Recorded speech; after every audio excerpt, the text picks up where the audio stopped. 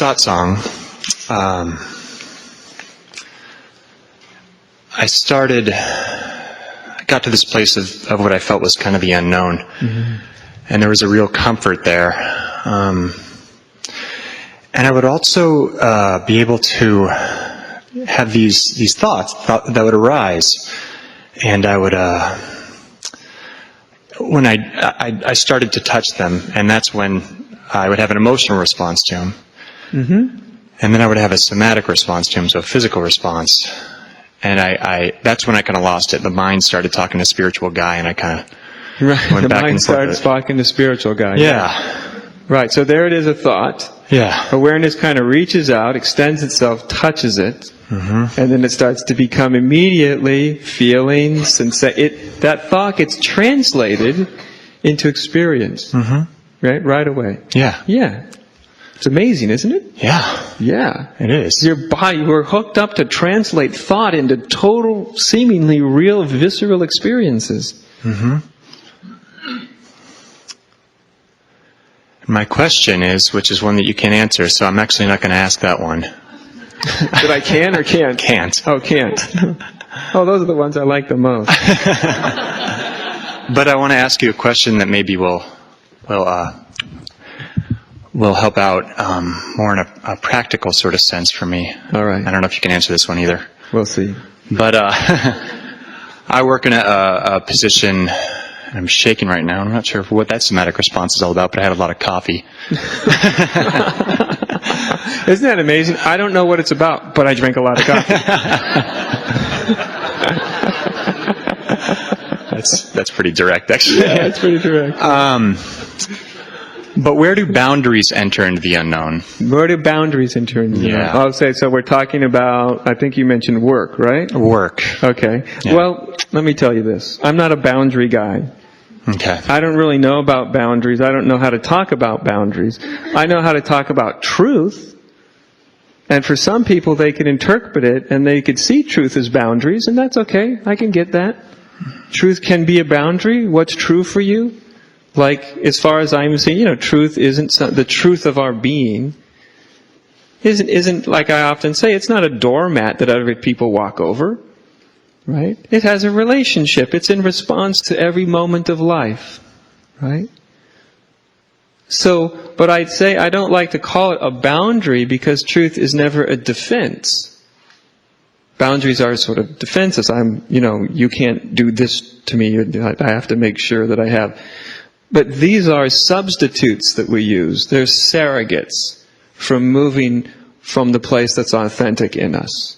The place that's authentic in us will be in relationship with the world and others and environment and work in a way that's integral to us. It's an expression of us. Then we don't need the boundaries because we are moving in a way that's an expression of us. Do you see what I mean? When we're moving in a way that's an expression of us, we can say no as easily as we can say yes. And some people would call that setting boundaries. But I don't call it setting boundaries because there's no sense of defensiveness in it. There's no protectiveness in it. There's just, this is what's true. Is that because there's a stability? Yes. Okay. Yes. Okay.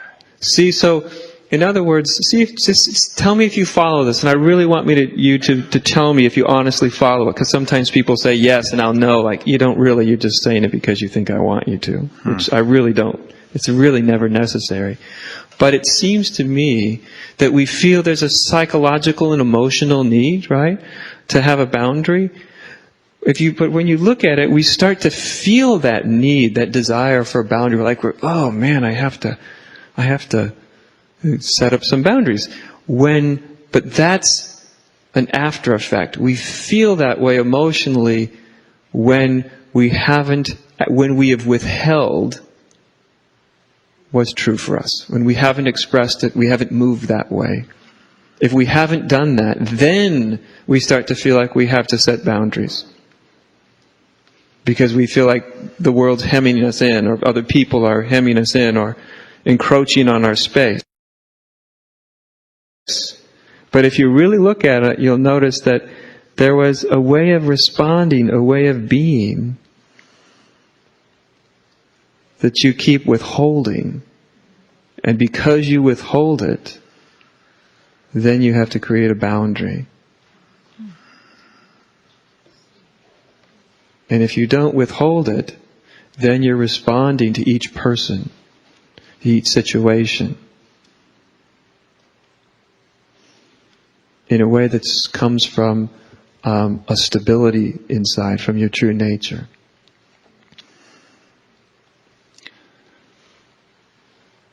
I'm thinking of a metaphor right now. Elasticity, or... Elasticity, yeah. I mean, a rubber, being able to take that absorption and not be broken by it. Yes. Okay. So when is it that you feel, when you start to feel the psychological, emotional need to have boundaries, what kind of situations does it occur in? With spiritual guy? Anything. Okay. Any guy. I'm a social worker. Yeah. So it's with empathy a lot. Uh-huh. And it's maybe my confusion of the understanding of empathy. Ah, okay. Yeah. Yeah. So what is your confusion of your understanding of empathy? Because you know what it is. Yeah. What is it about empathy that trips you up? If I empathize too much, I'll be drawn in. Right. You emotionally attach. Yeah. Okay. Right. And when you emotionally attach, you immediately, it's like you've connected a hose and withdrawal starts happening. Yeah. Yeah. Exactly. And then if enough withdrawal happens, something that says, I need to, not only do I need to disconnect the hose, but I need to shut the damn door for a while and refuel. Yeah. Yeah. Mm-hmm. So there's something there, isn't there? It's right in that idea of empathy. You see, what is real empathy? What is real love? What is real service? Is real service connecting in the sense of an attachment? Does that serve somebody? Is that an expression of love and concern and empathy? Or when we attach emotionally, is it actually much more of a narcissistic drive? It's all mixed in with love. See, I think this is a great opportunity to really look at what your idea, not just in your mind, but, the other 90% of you below the neck, what your whole feeling about empathy is. Because there's something that's good in it. There's something that's love. There's something that's real compassion, and there's something that's real caring within it, right? I can feel that in you.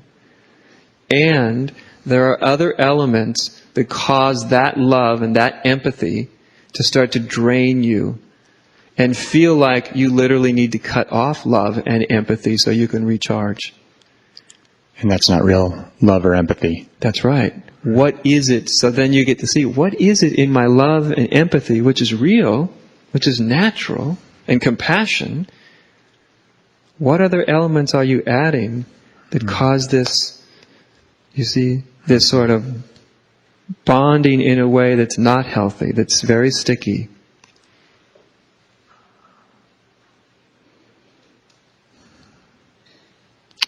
Thank you. Do you get it? Okay. And as you explore it, you'll start to get it. You'll start to see. As I said earlier, there's already been 2 people along the same lines, huh? We've just, it's because it's very common, because part of becoming open as a human being is experiencing deeper loves of compassion and empathy and love. That's part of opening up as a human being. But the difficulty when we do open up that way, that we don't usually open up that way very cleanly, that it's also mixed in with our ideas and our beliefs and our concepts and our emotional attachments, and all of that get mixed in, and then we think that's empathy and love. And when you start to disentangle it,